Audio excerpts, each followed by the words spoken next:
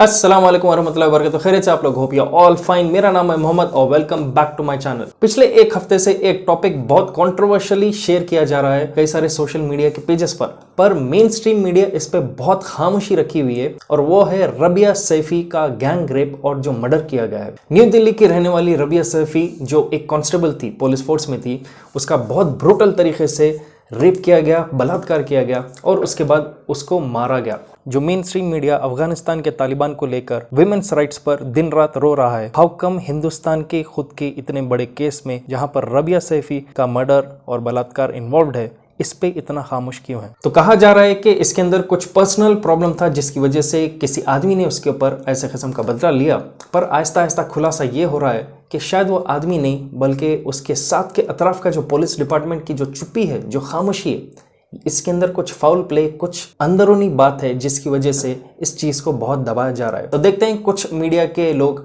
क्या कह रहे हैं कि पीछे इसके क्या हो सकता है असलियत। और उसके घर वाले भी ये कह रहे हैं कि इसके अंदर फाउल प्ले मतलब कि कुछ ना कुछ पीछे का पीछे गेम खेला गया है जिसमें पुलिस इनसे कुछ चीज़ें छुपा रही है। तो आखिर ये इतना कंट्रोवर्शियल है क्यों, जहां पर हर 16 मिनट को भारत में एक रेप होता है स्टैटिस्टिक्स के हिसाब से। तो ये वाला केस इतना उभर कर क्यों आ रहा है, देखते हैं आगे वीडियो में। न्यू दिल्ली जो है हिंदुस्तान का कैपिटल, अगस्त 26 को रबिया सैफी जो है एक सिविल डिफेंस ऑफिसर जो एसोसिएटेड है office of Lajpat Nagar district magistrate, कहा जा रहा है कि उसका गैंग रेप जो है बलात्कार बहुत ही बुरी तरह से किया गया था। उसके बाद बहुत खतरनाक तरीके से उसका कत्ल भी किया गया। पर अब रिसेंट पोस्टमार्टम की रिपोर्ट के हिसाब से यह बताया गया कि रबिया सैफी का बलात्कार बिल्कुल नहीं हुआ था और सिर्फ कत्ल हुआ था। अगर आपने इमेजेस देखा होगा, जो वैसे भी वीडियो में हम प्लेस नहीं करेंगे, तो बहुत बेरहमी से उसे मारा गया और कई सारे जगहों पर उसके बॉडी पर बुरी तरह काटा गया था और कुछ हिस्सों को तो उखाड़ दिया गया चाकुओं से। पता नहीं क्या किस्म के हथियार ये लोगों ने इस्तेमाल किया था। एक आदमी जिसका नाम है निजामुद्दीन, उसको प्रेजेंट किया गया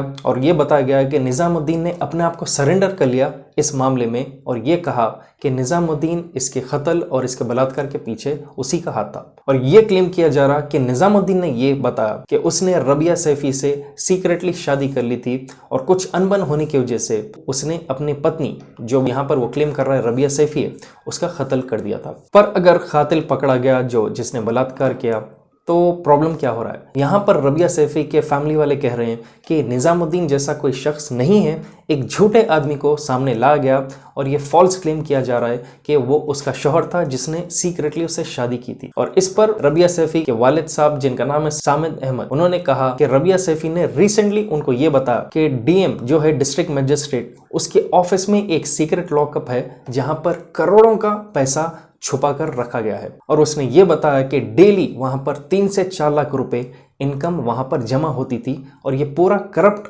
तरीके से कमाया हुआ पैसा था, मतलब कि ब्लैक मनी है। रबिया सैफी के फैमिली का एडवोकेट जिसका नाम है देवज्योति, उसने कहा कि पुलिस ने चालान बहुत सारे इशू किए थे कोविड-19 के वक्त पे, जैसे कि मास्क नहीं पहनने पर चालान। तो उसमें एडवोकेट ने कहा कि पुलिस ने बहुत सारे डुप्लीकेट कॉपीज बनाए थे और इनसे उन्होंने चालान इशू किया था जिससे बहुत सारा ब्लैक मनी उन्होंने कमाया था। फिर उसके बाद एडवोकेट ने यह बताया कि रबिया सैफी का सीनियर जिसका नाम है रविंद्र मेहरा, वो कम्प्लीटली इन्वॉल्व था ये कंप्लीट मनी लॉन्ड्रिंग केस में, जहां पर रबिया सैफी विटनेस थी ये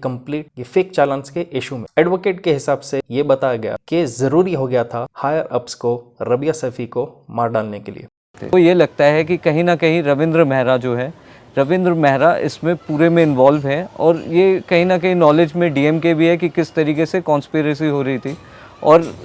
क्योंकि राबिया रविंद्र मेहरा की असिस्टेंट थी, इस वजह से राबिया को एलिमिनेट करना, क्योंकि वो विटनेस थी इस पूरे सिनेरियो में, उसको एलिमिनेट करना बहुत ज़रूरी था।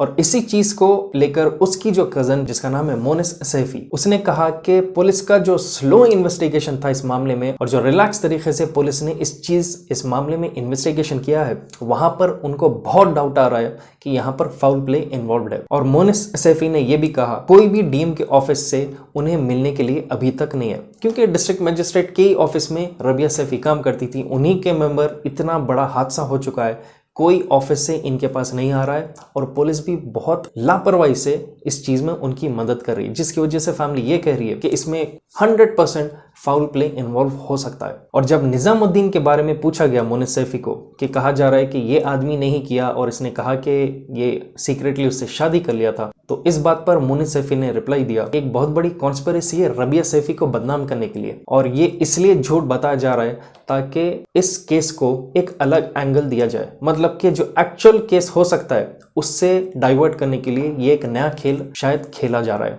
तो मोनिस सैफी जो है रबिया सैफी का कजन भाई, उसने कहा निजामुद्दीन और रबिया सैफी की शादी को लेकर कोई प्रूफ नहीं है, कोई एविडेंस नहीं है, कोई पेपर वर्क भी नहीं है कि अगर इन्होंने किसी खाजी के पास भी सीक्रेटली शादी किया था तो उसका भी पेपर वर्क कोई अभी तक इनके सामने प्रूफ नहीं आया है। और साथ ही साथ उसने ये भी कहा कि पुलिस को भी जब इन्होंने सवाल किया तो अभी तक पुलिस ने कोई ऐसा सर्टिफिकेट, मैरिज सर्टिफिकेट या किसी भी तरह का पेपर वर्क ये एविडेंस की तरह अभी तक पेश नहीं कर सके जहां पर ये क्लेम कर रहे हैं कि निजामुद्दीन इसी का शौहर था। फिर उसके बाद उसने ये भी कहा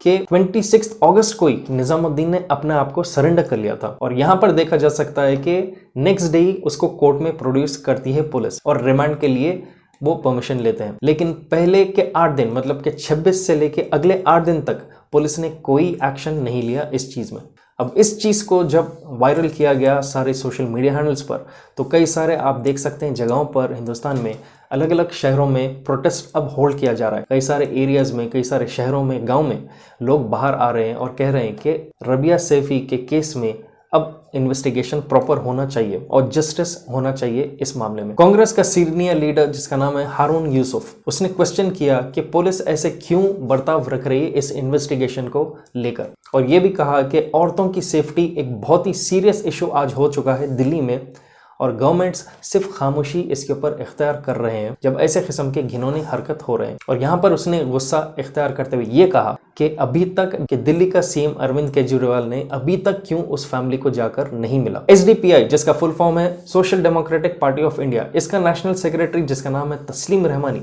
उसने कहा कि पुलिस डेलिबरेटली, वांटेडली इसको एक अलग एंगल दे रही है, दो अलग स्टेट्स का इशू बताकर। और उसने भी यही कहा कि 26 की रात जो है 27 अर्ली मॉर्निंग, उस वक्त जो आदमी ने अपने आप को सरेंडर किया, क्यों उसे अभी तक रिमांड में नहीं लिया गया था, क्यों 7 से 8 दिन लगे, उसको क्यों अभी तक रिमांड में नहीं लिया गया, जिसकी वजह से डाउट और बढ़ रहा है इस इन्वेस्टिगेशन के पीछे। और उसने ये भी बताया कि how come main stream media इसमें इतना खामोश है, और कहा कि अगर ये लड़की मुस्लिम नहीं होती तो क्या मेन स्ट्रीम मीडिया इसी तरह से खामोश बैठता था अगर किसी और के साथ ऐसा हादसा होता था। ये कहते हुए उसने निर्भया का केस का एग्जाम्पल दिया, जहां पर सारा हिंदुस्तान निर्भया के केस में प्रोटेस्ट किया था और कहा था कि स्पीडी जस्टिस दिया जाए। लेकिन आपको तो पता है कई साल लग गए थे उसमें भी, पर आखिरकार उन लोगों को जो रेपिस्ट थे निर्भया के केस में उनको फांसी दी गई थी। फिर उसके बाद तस्लीम रहमानी ये भी कहा कि हम खुद अपना टीम ऑफ लॉयर्स अब हायर कर रहे हैं ताकि वो भी इसमें इन्वेस्टिगेट कर सके, ताकि जितनी जल्दी हो सके जस्टिस मिले रबिया सैफी और उसके फैमिली। तो क्या सिर्फ मुस्लिम है बोलकर लोग प्रोटेस्ट करने रोड पर आ रहे हैं? क्या ये ऐसा एंगल है? देखा गया तो मजलिस तहफ़्फ़ुज़ शरीयत इस्लामिक हिंद के प्रेसिडेंट जिनका नाम है मौलाना जावेद सिद्दीकी क़ासिमी, उन्होंने कहा कि इस रेप को लेकर, इस मर्डर को लेकर हर कोना प्रोटेस्ट कर रहा है जस्टिस के लिए, और इसको कोई रिलीजियस एंगल से नहीं देखना चाहिए। और फिर कहा कि रबिया सैफी हिंदुस्तान की ही बेटी थी और उसके इस हादसे में जस्टिस सीख करना हर हिंदुस्तानी का राइट। अब आप बोलेंगे कि क्यों एक स्पेशल इसी के ऊपर वीडियो बनता है, क्यों लोग एक स्पेसिफिक इसी केस को लेकर इतना अपराइज हो रहे हैं, इतना प्रोटेस्ट कर रहे हैं, जबकि हिंदुस्तान में स्टैटिस्टिक्स के हिसाब से ये बताया गया हर 15 से 16 मिनट हिंदुस्तान में किसी औरत का बलात्कार होता है, रेप होता है। और आर्टिकल में ये भी बताया गया स्टैटिस्टिक्स के हिसाब से 2019 में हर दिन हिंदुस्तान में 88 रेप के केसेस रजिस्टर हुए थे, और मैक्सिमम जो रेप केसेस रिपोर्ट हुए थे वो थे राजस्थान और उत्तर प्रदेश के स्टेट में। राजस्थान में रिपोर्ट किया गया था 6000 रेप केसेस रिसेंटली, और यूपी में 3060 रेप के केसेस रजिस्टर हुए थे। अब इसमें शॉकिंग बात यह है कि कई सारे जो केसेस रहते वो रजिस्टर ही नहीं होते, क्योंकि लोग जो है अपनी इज्जत बचाने के लिए या अपने फैमिली की इज्जत बदनाम नहीं होने के लिए लोगों में, सोसाइटी में इन चीज़ों को पुलिस में रजिस्टर नहीं करते। और कई सारे आप देख सकते हैं दलित कम्युनिटी के भी जो लोग हैं यूजुअली उनकी वॉइस ज़्यादा नहीं लाते हैं मेन स्ट्रीम मीडिया में, और उनके साथ भी बहुत सारे ऐसे किस्से तमाशे होते हैं जहाँ पर या बलात्कार हो या बलात्कार के बाद उसका कत्ल किया जाता है विक्टिम का। इन केसेस को कभी आगे नहीं लाया जाता है। रिसेंटली यूपी का हाथरस रेप इंसिडेंट जहाँ पे आपने देखा था कैसा बेरहमी से एक लड़की को मारा गया था बलात्कार करके, उसका इशू बहुत राइज हुआ था। फिर वहाँ पर जब जर्नलिस्ट पहुँचे, इस चीज़ को कवर करने के लिए उनमें से कई सारे जर्नलिस्ट को जेल में डाल दिया गया और फिर वापस मेन स्ट्रीम मीडिया भी खामोश हो गई और सारे लोग खामोश हो गए। यहाँ पर ये रबिया सैफी का केस इसलिए स्टैंड आउट हो रहा है क्योंकि ये एक लस्ट या फैमिली वॉर के तहत बदला लिया नहीं गया, बल्कि इसमें यह बताया जा रहा है रबिया सैफी के खुद के फैमिली की तरफ से कि इसमें फाउल प्ले है और पुलिस की लापरवाही और कुछ ऐसे इन्वेस्टिगेशन के तरीके जो कैरी आउट कर रहे हैं जिसकी वजह से फैमिली को भी अब डाउट आ रहा है कि इसमें कुछ हायर अप्स इन्वॉल्व है। तो क्या रबिया सैफी ने कुछ ऐसे सीक्रेट्स बताए थे बाहर जिसकी वजह से उस पर यह बदला लिया गया, या ये वाकई कुछ और केस है? अगर देखा गया इंडिया में अगर लॉ सिस्टम स्ट्रिक्ट रहता था और ऐसे केसेस में स्पीडी जस्टिस दिया जाता था जहां पर निर्भया का जैसा केस है, वैसे अगर केसेस को तुरंत फांसी पर कल्प्रिट्स को लटका जाता तो निजामुद्दीन को भी अगर तुरंत दे दिया गया इन्वेस्टिगेट करके कि उसके क्लेम करने पर कि वही हत्यारा था और उसको फांसी की अगर सजा दी गई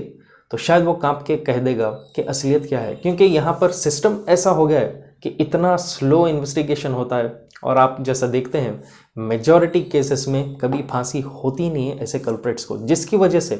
कोई भी ऐसे हो सकता है फॉल्सली क्लेम करने वाले लोग सामने आ जाते हैं कुछ पैसों के लिए। पर देखते हैं आगे कि किस तरह से सेंट्रल गवर्नमेंट भी एक पार्ट प्ले करती है इस चीज़ के इन्वेस्टिगेशन में, या इसको भी खामोश नज़रअंदाज कर दिया जाएगा जैसा मेन स्ट्रीम मीडिया इस टॉपिक को कर रहा है आज के दौर में। तो आप अपने हिसाब से कमेंट कीजिए नीचे कि क्यों रेप केसेस इतना राइज हो रहे हैं हिंदुस्तान में। क्या हमारा लॉ सिस्टम कोलैप्स हो चुका है जो जस्टिस टाइम पर नहीं दे सक रहा है, या कुछ और भी रीजन है? और ये भी बताइए कि रबिया सैफी के इस हादसे के पीछे किसका हाथ हो सकता है? क्या वाकई निजामुद्दीन जो क्लेम कर रहा है कि उसका शौहर था उसका हाथ था, या कोई और गेम उसको सामने रखकर खेल रहे हैं? आप अपने हिसाब से कमेंट कीजिए नीचे, और अगर आप नए मेरे चैनल पे please make sure to subscribe, share कीजिए इस वीडियो को जितना हो सके। जब तक फिर इंशाल्लाह I will be back soon again. Take care and अल्लाह हाफिज।